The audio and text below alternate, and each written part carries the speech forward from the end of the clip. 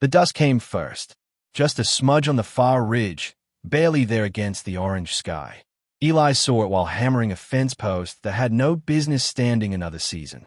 His bandaged hand throbbed with every strike of the hammer. He stopped mid-swing and stared at the horizon. Jonah's boot scraped against the dry earth behind him. His brother didn't say anything at first, just stood there breathing heavy from whatever work he'd been doing. Then he spoke. Company. The word came out flat. No surprise in it. No curiosity. Just that worn-out tone they'd both picked up over the last few months. The sound of men who'd learned to expect bad news and nothing else. Eli set the hammer down and wiped sweat from his forehead with his good hand. The bandaged one pulsed with pain. 3 fingers wrapped up from where the wire had caught him yesterday. Or was it the day before? The days had started bleeding together. They stood side by side at the fence line, watching the smudge grow. It wasn't one rider. It wasn't someone just passing through their stretch of nothing. This was deliberate. Vehicles. Horses. Moving together like pieces on a chessboard. Eli's stomach tightened because that kind of coordination meant someone had sent them with a purpose. Mackenzie's men, Jonas said. Eli didn't argue. What else could it be? The land baron had been circling them like a vulture for months now. Ever since the drought hit and turned their fields into cracked clay that wouldn't grow anything but dust. Ever since the bank started sending those letters with red stamps on them. Letters they'd stopped opening because what was the point? They knew what they said. Mackenzie didn't make threats. That wasn't his style. He made offers instead. Generous ones. At first listen. Help with your debts. Fair price for your land. A way out of your troubles. But then you read the fine print, or you talk to the other ranchers who'd taken his deals, and you realize the offers were designed to strip you down to nothing. And when you turned him down, when you said no thank you, well, things started happening. Fences got cut in the night. Cattle wandered off or turned up dead in gullies. Equipment broke in ways that didn't make sense. Accidents that felt a little too convenient to be accidents. The column kept coming. Close enough now that Eli could make out shapes. Riders peeling off to the sides in pairs, spreading wide. Trucks holding steady in the center. Everything moving with a rhythm that reminded him of something. Something he'd seen before but couldn't quite place. That's not Mackenzie, he said slowly. Jonah turned to look at him. What? Look at them. That's not how his guys move. Mackenzie's men rode like ranch hands with too much beer in them and not enough sense. They came loud. They came messy. They wanted you to see the chaos and feel small because of it. But these riders moved like water. Smooth. Deliberate. Flowing around obstacles. Scouts splitting off while the main force held tight. Eli's hand drifted toward the rifle leaning against the fence post. Then it stopped. He could count. 15 riders at least. Maybe 20. 3 trucks. Whatever this was, fighting wouldn't do anything except get them killed faster. The lead rider dismounted about 50 yards out. A woman. That surprised him, though maybe it shouldn't have. Plenty of women knew how to ride and shoot and handle themselves. But something about her was different. She wore Apache regalia. Traditional vest decorated with beadwork and symbols Eli didn't recognize. But over that she had modern tactical gear. Combat webbing. Straps and pouches. The mix was jarring. Old and new layered together like 2 different centuries meeting in one person. She had jewelry too. Silver catching the last of the sunlight. And boots. Not decorative boots. Working boots. The kind that had walked serious miles over hard ground. She moved toward them, and Eli felt his breath catch. Not because she was threatening. She hadn't drawn a weapon. Hadn't raised her voice. Hadn't done anything except walk. But the way she moved carried weight. Authority that didn't need volume or aggression. It just existed, solid and undeniable as the ground under his feet. She stopped at the fence line. Right there. Close enough that Eli could see her face clearly now. And that's when the feeling started. That prickling sensation at the back of his neck. She was looking at him, but not the way strangers look at each other. She was studying him, reading him, like there was text written on his face that only she could see. A history he didn't remember writing. Her eyes moved from him to Jonah. Back to him. Sharp. Focused. Taking them both in with a precision that made his skin crawl. Eli, she said. Not a question. A statement. his name in her mouth like she'd said it 1,000 times before. Then her gaze shifted to his brother, Jonah. The air felt heavier somehow. Neither of them spoke. They hadn't introduced themselves. Sure, there was a sign down by the gate with their names painted on it, but she wasn't looking at that sign. She was looking at them, into them, through them. Jonah cleared his throat. His voice came out rough and careful when he finally spoke. Do we know you? The woman's expression didn't change, but something moved behind her eyes. A flicker of something Eli couldn't name. Not anger, not sadness exactly. Something older, more complicated, something that had been carried a long time.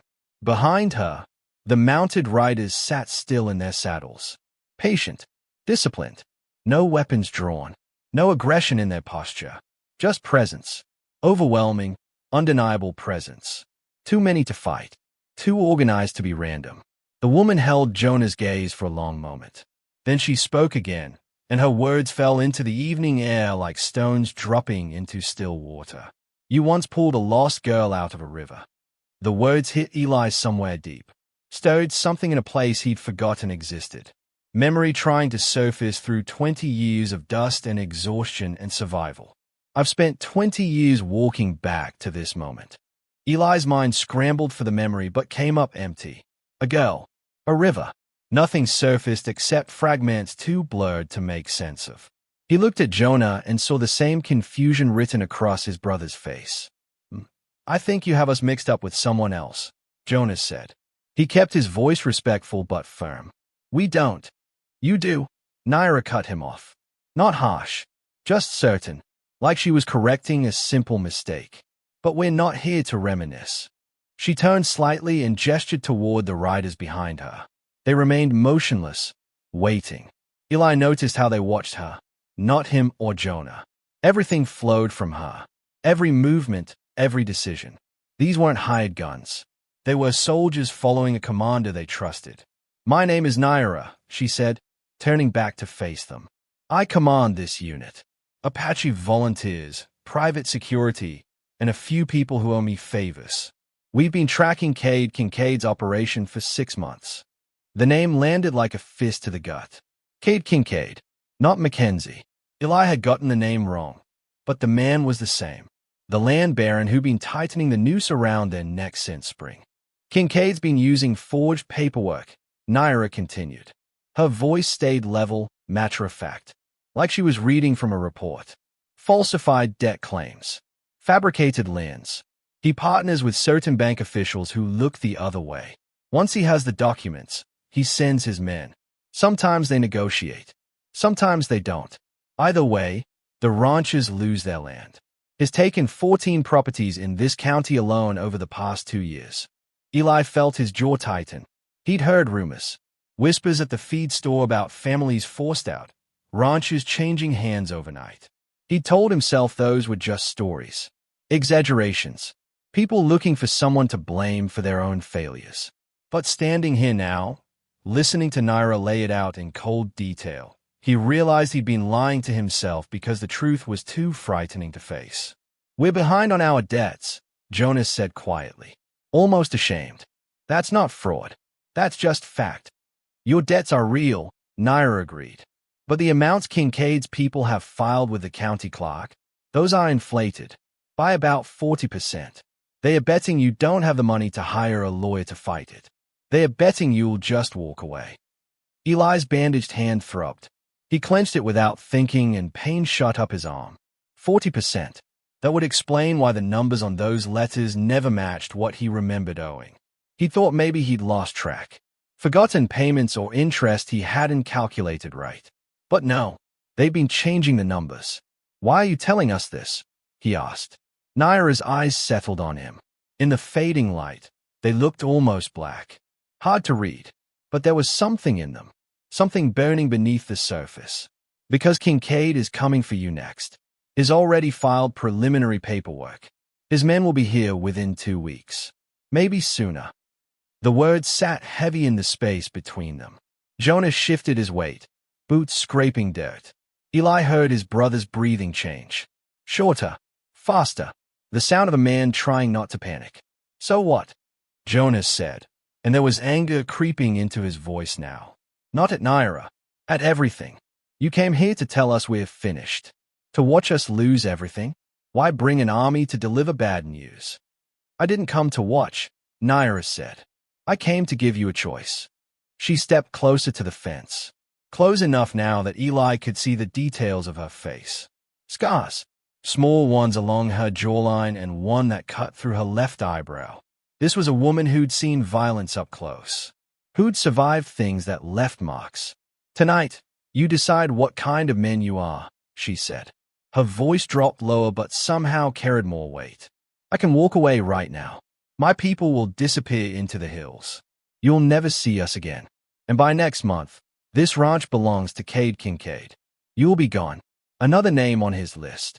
She paused. Let that sink in. Let them feel the full weight of it. Then she continued. Or you can stand with me, and we make sure this land never belongs to men like him again. Eli's heart hammered against his ribs. Stand with her. What did that even mean? Fight. He looked at her force again. The riders. The trucks. The organization. This wasn't a symbolic gesture. This was preparation for something real. Something that could go very wrong very fast. You don't know us, he said. Why would you risk this for strangers? You're not strangers, Naira replied. But she didn't elaborate. Didn't explain.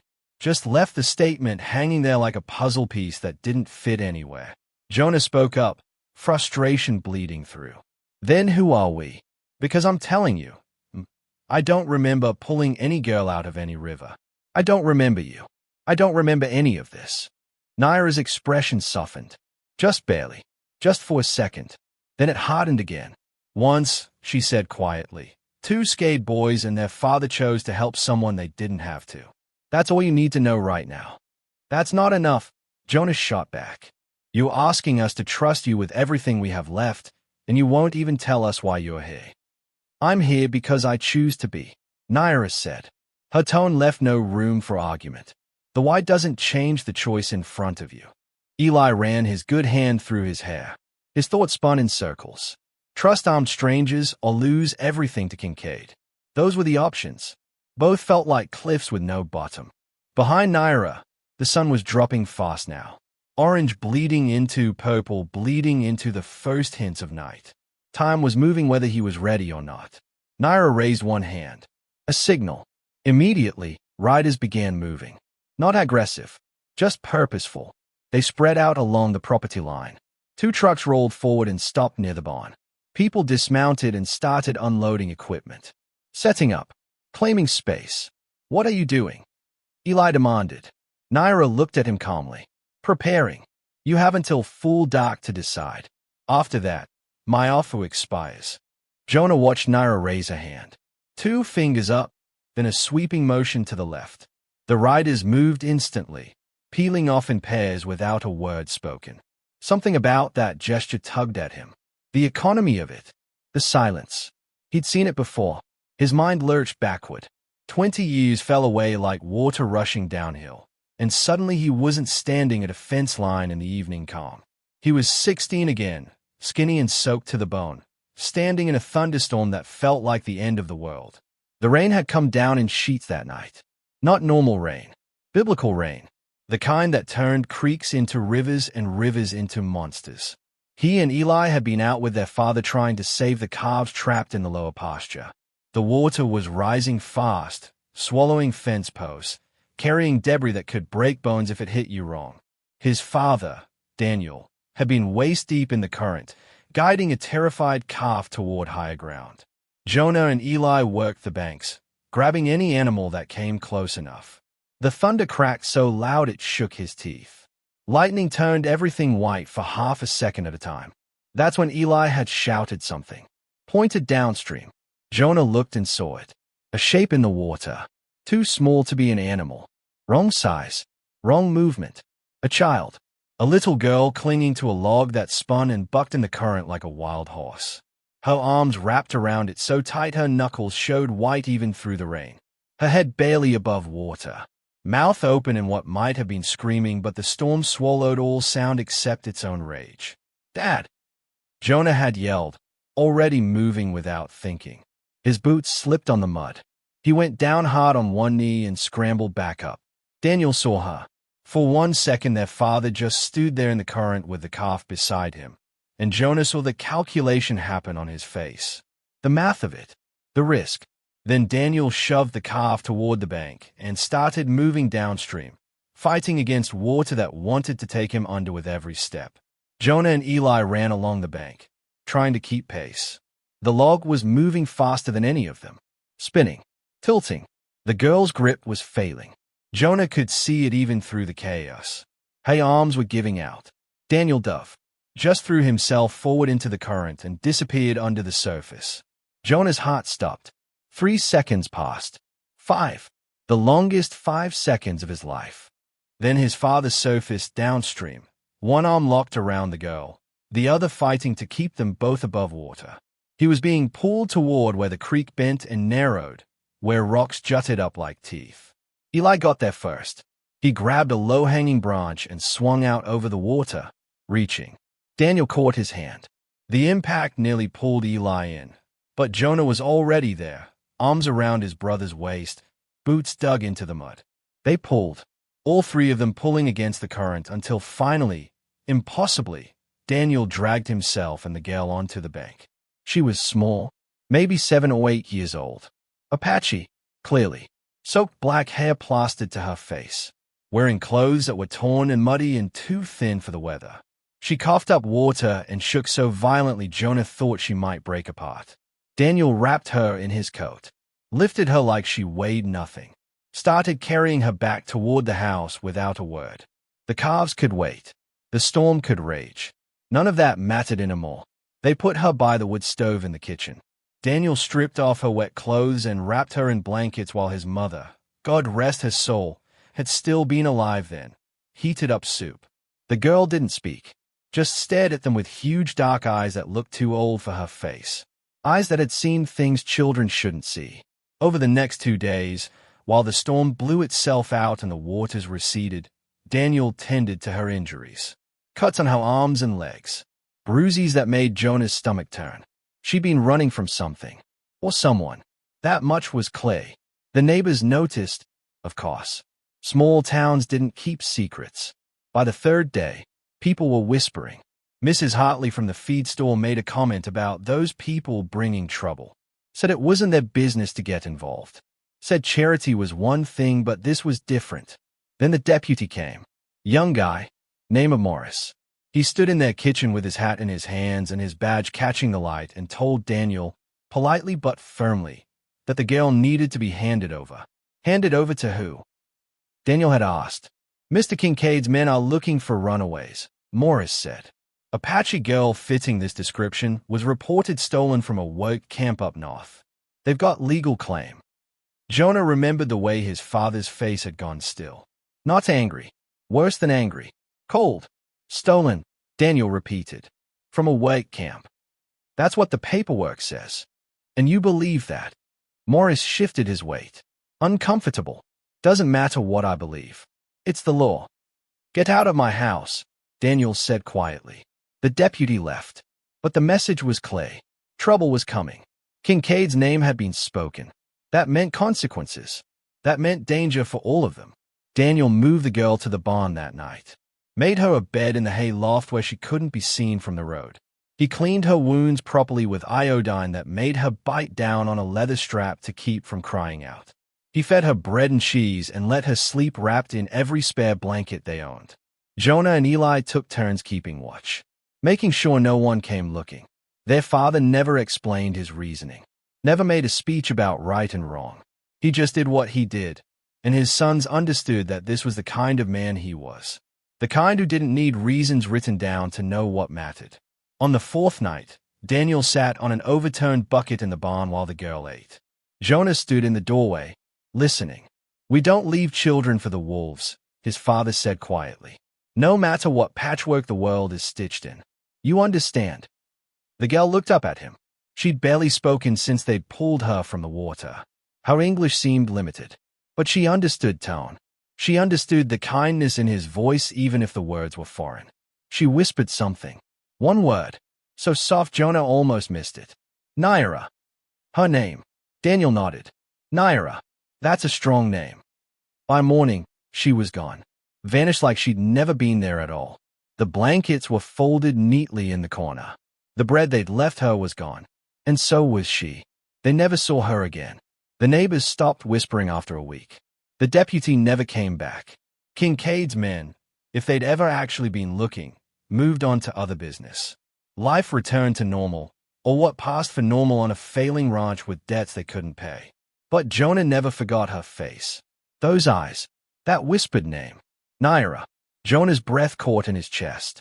The memory snapped back into the present like a rubber band released. He stayed at Naira standing at the fence line, her hands still raised, her people moving with silent precision around the property. You, he said. The word came out rough. You're that girl. Naira lowered her hand, turned to look at him. Something flickered across her face. Not quite a smile. Recognition, maybe. Acknowledgement. I am. Eli looked between them, confusion written all over him. Then understanding dawned slowly, like sunrise breaking over distant hills. His mouth opened, but no words came out. We pulled you from the creek, Jonah continued. His voice sounded strange to his own ears. Distant. During that storm, you were just a kid. I was, Naira said simply. Now I'm not. And we have work to do tonight. She turned away, already moving toward one of the trucks, dismissing the revelation like it was a minor detail. Like 20 years of wondering and forgetting and never knowing hadn't just collapsed into this single moment. But Jonah couldn't let it go that easily. His mind was racing backward again, not to the storm this time, but to everything that came after. The slow unraveling, the way their lives had come apart piece by piece like a rope fraying under constant tension. The rumors had started within a week. Whispers at church, sideways glances at the feed store. The Hansen Ranch had sheltered an Apache runaway, hidden her from the law, interfered with legal proceedings. The details changed depending on who was telling the story, but the core remained the same. Daniel and his boys had crossed a line. Kincaid never confronted them directly. That wasn't his style. He was too smart for that, too careful. Instead, things just started going wrong. Their cattle got turned away from the auction house. No explanation given. Just sorry. We're full up this month. Try next time. Except next time brought the same answer. And the time after that, the animals were good stock. Healthy. Fair-priced. But none of that mattered when the word came down from above that the Hansen beef wasn't welcome. The bank stopped returning their calls about extending loans. Applications that should have been routine suddenly required additional documentation. More waiting. More paperwork. More reasons why not right now. Maybe later. Check back next quarter. Neighboring ranchers started selling their land. Small parcels at first, then whole properties. Kincaid bought them all, patient as a spider, expanding his web until the Hansen Ranch became an island surrounded by his territory. And islands don't survive long when the tide comes in. The drought hit everyone, but it hit them hardest. Water rights got shuffled around in ways Jonah never fully understood. Legal maneuvers that put their access at the bottom of the priority list. Their wells ran dry while Kincaid stayed full. Their fields turned to dust while his stayed green enough to graze. When their father got sick, that's when things accelerated. Cancer started in his lungs and spread like wildfire through his body. The treatments cost more than they had, more than they could borrow. The bank refused every loan application. Denied, denied, denied. Each rejection stamp felt like another nail in a coffin. Their truck got repossessed on a Tuesday morning. Jonah had been in town picking up medicine when the tow truck showed up. The driver wouldn't look him in the eye, just hooked up the chains and hauled it away while Jonah stood there holding a paper bag full of pills that might buy their father another few months. He'd walked home, 7 miles in the heat. By the time he got back, Eli was standing in the yard staring at the barn, or what was left of it. The whole north side engulfed in flames. The fire department came eventually, but not quickly, not urgently. They saved about 30% of the structure, let the rest burn to the ground. The fire marshal ruled it accidental. Faulty wiring, probably, even though that barn had stood for 40 years with the same wiring and never had a problem. Even though Jonah had checked every connection himself just 2 weeks prior. Even though they both knew, deep in their bones, that someone had lit that fire deliberately. Nobody investigated further. Nobody asked hard questions. The report got filed and forgotten. People in town stopped talking to them after that. Not out of hostility exactly. More like fear. Like the Hansen brothers carried some contagious bad luck that might spread if you got too close. Mrs. Hartley still rang up their purchases at the feed store, but she didn't make small talk anymore. Didn't ask how they were holding up. Just numbers and transactions and thank you come again. The isolation was almost worse than the financial ruin. Watching neighbors they'd known their whole lives cross the street to avoid conversation. Seeing former friends suddenly remember urgent business elsewhere when the Hansen boys showed up. Being erased socially, economically, legally. Deleted from the community one interaction at a time. Through all of it, Jonah never connected the dots. Never drew a straight line from that stormy night when they pulled a drowning girl from a creek to the systematic destruction of everything his family had built. The time span was too long. The revenge too patient. It felt more like a curse than a conspiracy. Like they'd angered fate itself by trying to do the right thing. But their father knew. Jonah realized that now, looking back through the lens of clarity that only comes too late. Daniel had known exactly what was happening and why. He'd understood the price of his choice. And he paid it anyway, right up until the cancer finally took him on a cold February morning 3 years ago. They buried him on the hill overlooking the ranch. Just a simple wooden cross marking the grave because they couldn't afford a proper headstone. Daniel Hansen. Husband. Father. Good man. The last part was Eli's addition, carved with shaking hands and a dull knife. Their father had died believing his kindness still mattered. That protecting one frightened child was worth the cost, whatever the cost turned out to be. He never regretted it. Never blamed anyone. Never wished he'd made a different choice. Jonah wasn't sure if that made his father a saint or a fool. Maybe both. Maybe the best people were always a little bit of both. Movement caught his eye. Naira had walked past the fence line now, her boots leaving prints in the dust. She was heading up the slope toward the hill, toward the grave. Her people continued their preparations below, but she moved away from them, alone. She stopped at the wooden cross, stood there for a long moment, her silhouette dark against the purple sky.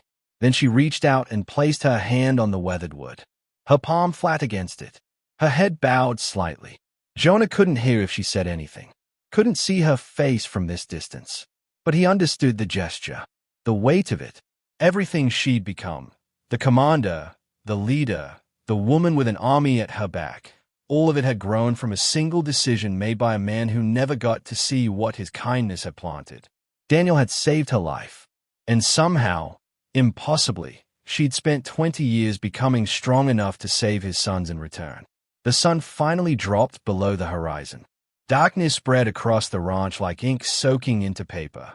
Naira's people had set up portable lights around the property, soft glows that didn't announce themselves but made movement possible. Generators hummed quietly in the background. Eli and Jonah stood on their porch watching the organized activity below.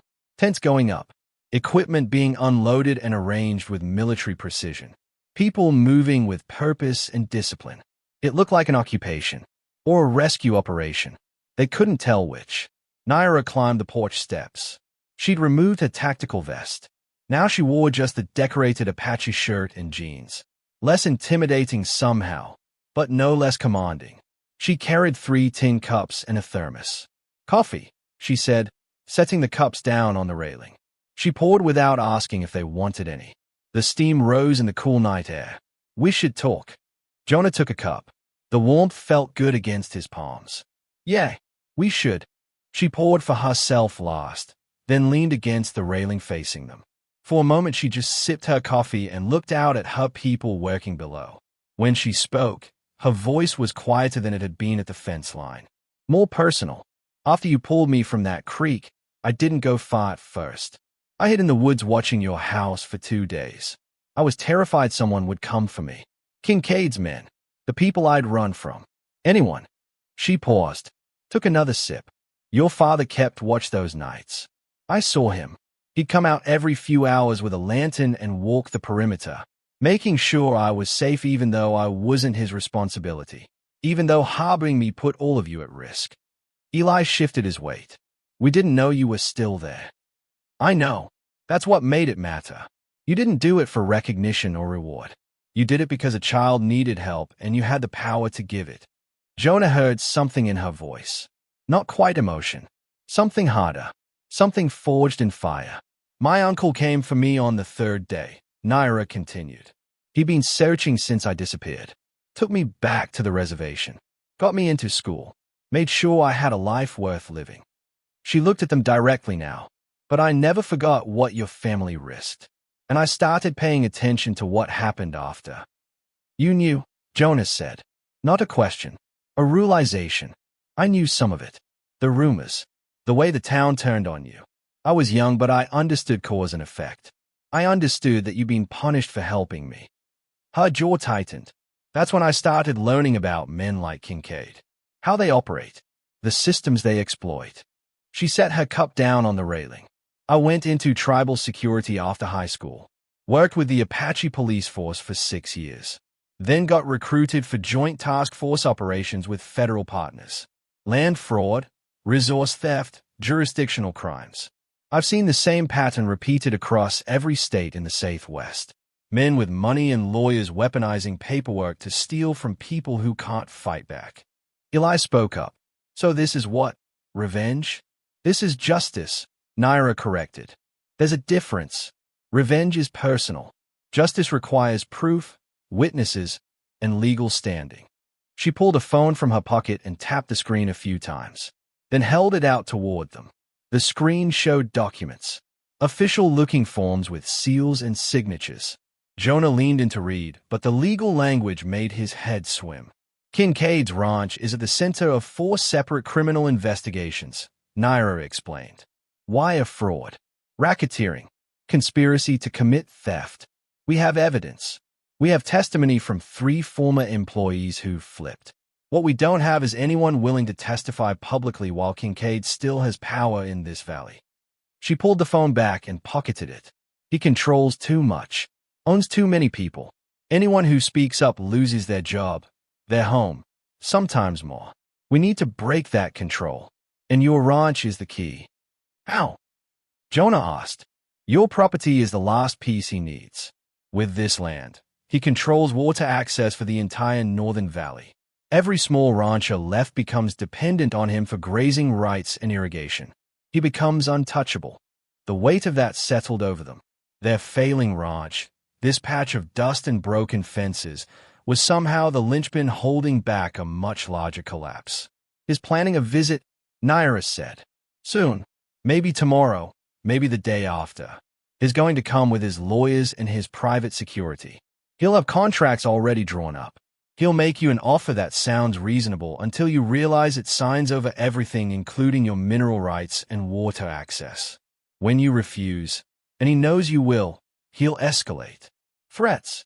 Intimidation. Maybe worse. So we just wait to get pushed around. Eli said, anger creeping into his voice.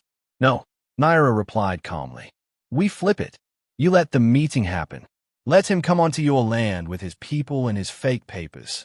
But this time, he won't know what he's walking into. She gestured toward her people below. We record everything. Every word. Every threat. Every illegal offer. We have equipment that can capture audio and video from 100 yards away. We have witnesses with legal credentials. And the moment he crosses the line, when he threatens you, when he tries to coerce you, we move in with sealed federal warrants that are already prepared and waiting for the right moment. Jonah felt his heart rate pick up. You're talking about using us as bait. I'm talking about giving you agency, Naira said. Right now you're victims waiting for the inevitable. This way, you become part of the solution. You help take down a man who's destroyed dozens of families just like yours. And if he doesn't just threaten us, Eli challenged, if he brings enough men and decides to settle it with violence. Naira's expression hardened. Then my people are ready to contain it. Within legal parameters. We're not vigilantes. We're not starting a war. But we are prepared to respond if he forces our hand. Every person down there has either military or law enforcement training. We know how to de-escalate. We know how to document. And we know how to protect civilians. The brothers looked at each other. A whole conversation passed between them in silence. Fear, doubt, exhaustion, but also something else. Something that had been buried under years of slow defeat. A spark of possibility. This could get us killed, Jonas said quietly. It could, Naira agreed. She didn't sugarcoat it, didn't offer false comfort. But doing nothing guarantees you lose everything your father built. Everything he died believing mattered. She stepped closer. Her voice dropped even lower. I watched your father walk into a flooding creek to save a stranger's child. He didn't know if he'd make it out. He didn't know what consequences would follow. He just knew someone needed help and he had the power to give it. She paused. I'm asking you the same question that Storm asked him. Will you stand for what he already died believing? Or will you let his sacrifice mean nothing? The words hung in the night air. Below them, one of Naira's people was testing radio equipment. Static crackled and voices responded, confirming positions and readiness. The ranch that had felt like a tomb for years suddenly felt alive again. Dangerous, but alive. Jonah took a long drink of his coffee. It had gone lukewarm, but he barely noticed. His mind was racing through scenarios. Ways this could go right. Ways it could go catastrophically wrong. His father's voice echoed in his memory. We don't leave children for the wolves. Maybe they were the children now. Maybe Naira had spent 20 years becoming strong enough to pull them out of their own flood. He looked at Eli. His brother's jaw was set. That stubborn expression their father used to wear when he'd made up his mind about something and no amount of reason would change it. Tell us the plan, Eli said. All of it. Naira nodded once.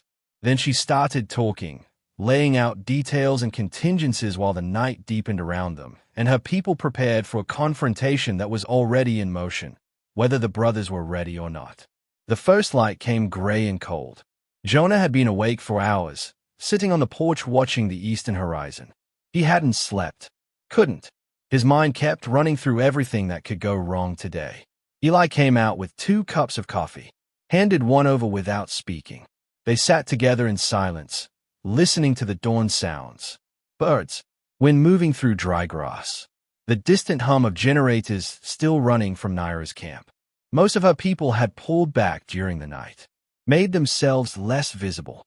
But Jonah knew they were still there, hidden in the barn loft, behind the ridge, inside the old equipment shed, waiting with cameras and microphones and whatever else they'd brought to document what was about to happen. Naira herself was inside the house. She'd positioned herself in the back room off the kitchen, door cracked just enough to hear and see everything. She'd been calm when she explained her placement last night. Clinical, like she'd done this 100 times before. Maybe she had. The sun was barely clearing the horizon when Jonah heard engines. He set his coffee down and stood. Eli rose beside him. 3 trucks came up the dirt road. Black. Expensive. The kind that cost more than a year's income for most ranches in the valley. They drove slow, kicking up dust, making sure anyone watching could see them coming. The truck stopped in a semicircle facing the house. Doors opened. Men climbed out. 8 of them plus Kincaid, all wearing nice boots and pressed shirts. Most had pistols visible on their hips. Legal to carry, technically. But the message was clear. Kincaid stepped forward. He was a big man. Not tall, but broad. Built like someone who'd done physical work in his youth but had spent the last 20 years behind a desk getting soft. He wore a white cowboy hat that probably cost more than the brothers' monthly food budget. His smile was wide and friendly in a way that made Jonah's skin crawl. Morning, boys, Kincaid called out, his voice booming across the yard. Hell of a nice sunrise we got. Good day to do business, don't you think?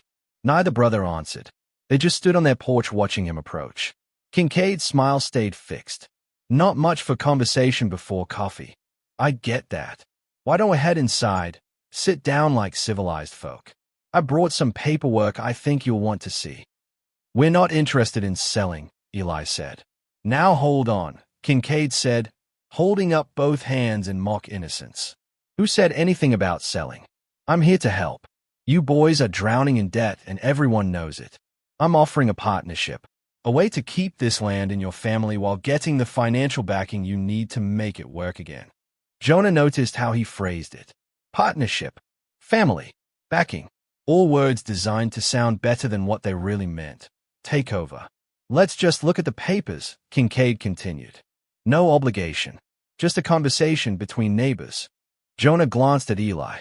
His brother's jaw was tight, but he nodded once. They'd agreed last night to let this play out. To get Kincaid talking. To give him enough rope.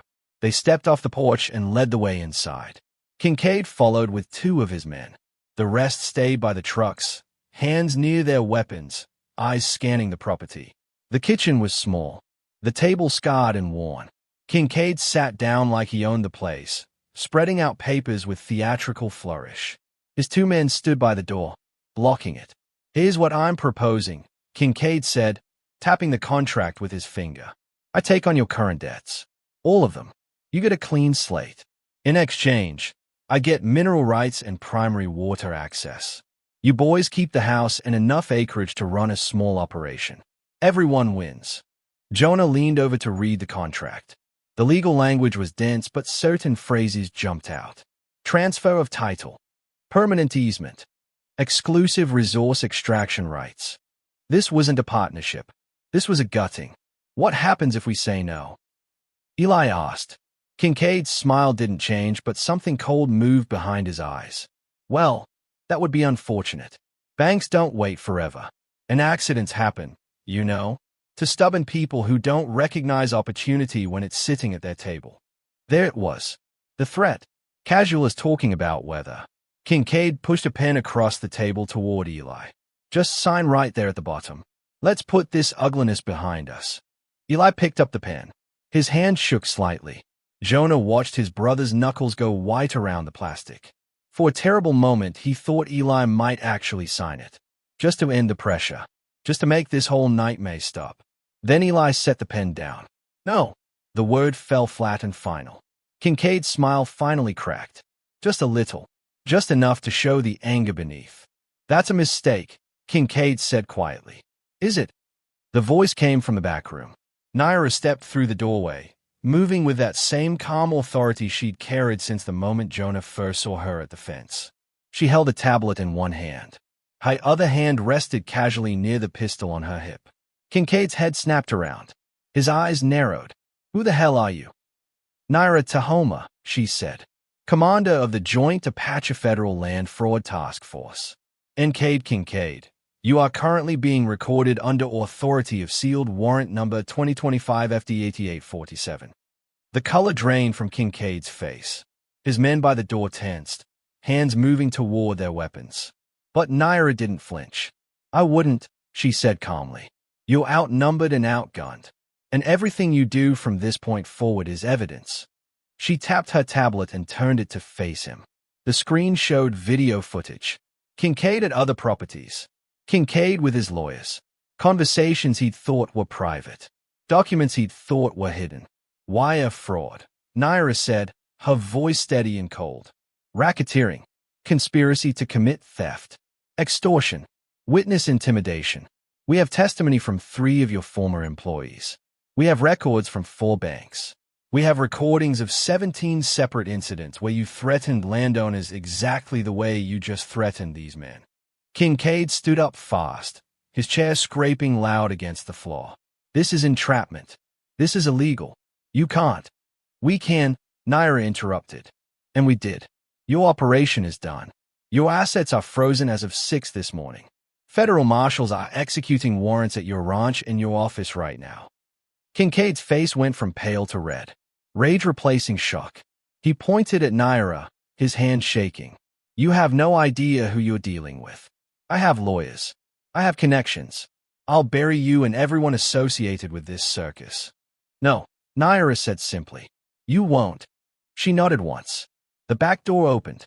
4 of her people came through, moving with synchronized precision. At the same time, the front windows framed more of her team approaching from outside. Kincaid's men reached for their weapons.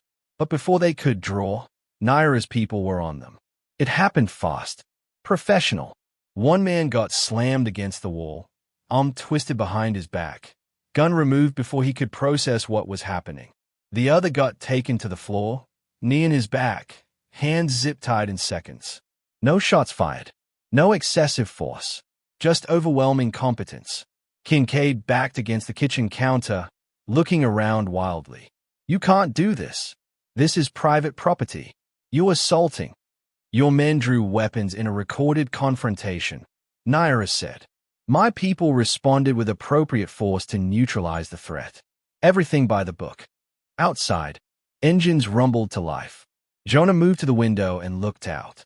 Kincaid's remaining men were on the ground, hands behind their heads, surrounded by Naira's team. And beyond them, at the edge of the property, stood something Jonah hadn't expected. Neighbors. Not just one or two. Maybe a dozen people from nearby homesteads. Standing at a distance but visible. Some held up phones, recording. Mrs. Hartley from the feed store was there.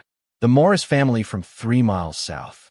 Even old Dutch Patterson, who hadn't left his ranch in 5 years. They were witnessing this. All of them. The whole valley was watching Kincaid finally get cornered. Kincaid saw them too. His face twisted. You people are cowards, he shouted toward the window. Standing there doing nothing while these criminals. Save it for your lawyer, Naira said. She pulled a folded document from her vest and walked toward him. Kincaid, you are hereby served with summons to appear before the federal district court on charges of. She slapped the papers against his chest. He grabbed them reflexively, staring at her with pure hatred. This valley remembers who fed its children, Naira said quietly, close enough that only those in the room could hear, and who tried to starve them. Kincaid's mouth worked, but no sound came out. For the first time in probably decades, he had nothing to say, no threat to make, no play to run. He was just a man holding papers that would destroy everything he'd built through cruelty and exploitation. 2 federal marshals came through the front door.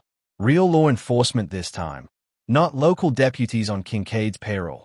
They took custody of him with professional courtesy, reading him his rights while leading him out of the house. Jonah and Eli stood in their kitchen watching the man who'd spent years destroying them get walked to a vehicle with government plates. Kincaid's expensive trucks were being impounded. His men were being processed and documented. Everything happening in bright morning sunlight with witnesses recording every second. Outside, Mrs. Hartley raised her phone higher, making sure she caught Kincaid's face as he was loaded into the marshal's vehicle. Dutch Patterson actually smiled, something Jonah hadn't seen in years. The valley was watching, and for the first time in a long time, they weren't watching the Hanson brothers fail. They were watching justice happen. The trial took 8 months. Jonah watched some of it on the news when he could stomach it. Kincaid sitting at a defendant's table in an expensive suit that couldn't hide what he'd become. His lawyers fought hard, made motions, filed appeals, but Naira's evidence was airtight. Recordings, documents, testimony from people who'd finally found the courage to speak. The verdict came down on a Tuesday in March. Guilty on 14 counts. Wire fraud, racketeering, extortion, conspiracy to commit theft. The judge sentenced him to 12 years federal prison and ordered restitution to every family he defrauded. The brothers got their land cleared of illegal lands within a month. Turns out they'd only owed about 60% of what Kincaid's people had claimed. The rest was fabricated numbers designed to make their situation look hopeless. Other small ranches got the same relief. Properties that had been stolen got returned or compensated. Water rights got redistributed fairly. But Naira didn't stay to watch the victory she'd orchestrated. 3 days after Kincaid's arrest, Jonah found her up on the hill standing by their father's grave. She was alone. The sun was just coming up, painting everything gold. He walked up quietly, not wanting to disturb whatever private moment she was having. But she heard him anyway, turned and gave him a small nod. Leaving today, she said.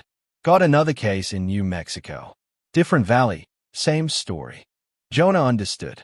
This was what she did now, what she'd built her life around.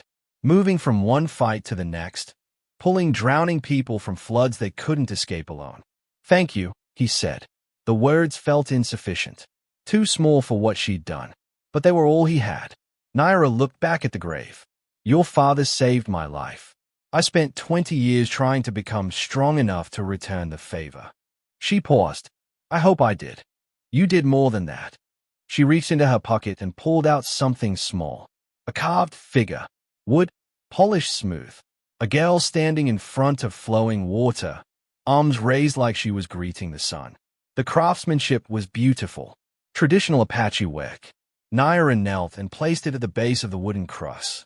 Her hand lingered there for a moment, palm flat against the weathered wood, like she was saying goodbye to someone she'd never actually known but who'd shaped everything she became. Then she stood, nodded once more to Jonah, and walked down the hill toward her waiting vehicles. He watched her go, watched the convoy roll down the date road and disappear into the distance, dust settling behind them like the whole thing might have been a dream. But the carved figure was real, and so were the changes that followed. Mrs. Hartley from the feed store showed up a week later with her husband and a truck full of fence posts. Said she figured the brothers could use some help getting things repaired. Didn't ask for payment. Just worked alongside them for 2 days until the north pasture was secured again. The Morris family came next. Brought seed. Good quality stuff, not the cheap bulk product. So they had extra from a supplier connection and didn't want it going to waste. Everyone knew that was a polite fiction. But Eli and Jonah accepted it with grace and thanks. Dutch Patterson, who'd barely spoken to anyone in 5 years, started stopping by every few weeks. He'd tinker with their equipment, fix things that had been broken so long they'd forgotten what working looked like. He never stayed for meals, never asked for conversation, just fixed things and left, like he was repaying a debt no one had asked him to carry. Other neighbors followed. Some brought tools, some brought labor. Some just brought themselves and sat on the porch drinking coffee and talking about normal things like weather and cattle prices and whose kids were doing what in school. The isolation that had defined the Hansen Ranch for years slowly dissolved. The brothers were welcomed back into a community that had abandoned them. Kids started riding their bikes past the fence line again, laughing, racing each other. Sometimes they'd stop and ask if they could see the horses. Eli always said yes. Jonah would lift the smaller ones up so they could pet the animals' noses. Simple moments that felt like proof the world was healing. The ranch changed too. Not overnight, not dramatically, but steadily. Fields that had been dust started showing green again. Cattle that had been skinny and struggling filled out with proper feed and water. The barn got rebuilt, better than before, with help from a dozen volunteers who showed up on a Saturday morning with lumber and tools and determination. 18 months after Kincaid's conviction, Eli had an idea. They had the old bunkhouse that hadn't been used in decades. 4 small rooms. Basic but solid. He suggested fixing it up, making it available for people passing through who needed a place to land. Young folks mostly. Drifters. Runaways. People running from bad situations with nowhere safe to go. Jonah agreed without hesitation. They spent 3 months rebuilding it. Insulation. New windows, beds and blankets, a small kitchen area. Nothing fancy, just clean and warm and safe. They didn't advertise it, didn't make a big announcement, just put the word out quietly through channels that served people on the margins. If you needed a place, if you were scared and lost and running from something, there was a ranch in the valley where you could rest for a while. No questions asked, no judgment given. People came. A teenage girl escaping an abusive home. A young man who'd aged out of foster care with nowhere to go. A mother with 2 kids running from a violent partner. They stayed days or weeks or sometimes months. The brothers fed them, gave them work if they wanted it, helped them figure out next steps. Some left and never looked back. Some stayed in touch. A few came back years later to help the next person who needed shelter. It was quiet work. Unglamorous. But it felt right. Like they were continuing something their father had started that night in the storm, refusing to leave children, or anyone, for the wolves. 3 years after Naira had walked away from that grave, an envelope arrived. No return address, just their names and the ranch address written in careful handwriting. Inside was a single sheet of paper.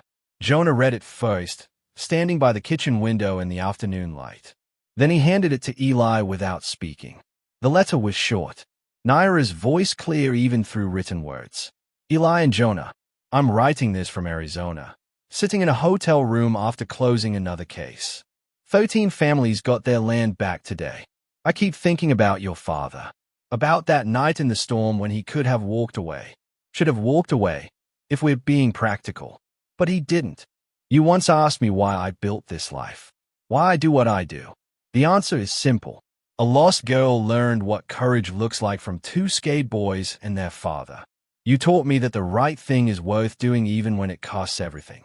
especially when it costs everything. Every case I fight now is done in the shadow of that creek. Every family I help stands because your father stood first. I wanted you to know that. I wanted you to know that one act of mercy changed more than you'll ever fully understand. It changed me. It changed a valley. It changed the lives of hundreds of people you'll never meet who got justice because of what Daniel Hansen chose to do on a stormy night 20 years ago. Your father died believing his kindness mattered. He was right. Keep the bunkhouse open. Keep being the people he raised you to be. The world needs more Hansens. With respect and gratitude, Naira. Eli folded the letter carefully, set it on the table between them. Neither brother spoke for a long moment. Outside, a truck pulled up. Another volunteer coming to help with the irrigation project. Beyond that, green fields stretched toward the horizon. Fence lines mended. Cattle healthy. A small bunkhouse with lights on and people inside who'd found refuge when they had nowhere else to turn. Their father's grave stood on the hill, marked by a simple cross and a carved figure of a girl who'd learned to stand strong beside flowing water. The ranch had almost died, had been within days of vanishing completely, swallowed by men who measured worth in dollars and power. But one act of kindness, performed without expectation of return, had planted seeds that took 20 years to grow into salvation. Jonah looked at his brother. Eli looked back. They didn't need to speak. They both understood what they were seeing, what they'd become part of, a long echo of kindness that started with their father and rippled outward in ways impossible to measure. The right thing was still worth doing, even when it cost everything, especially then, because sometimes, if you were very lucky, that cost came back transformed into grace.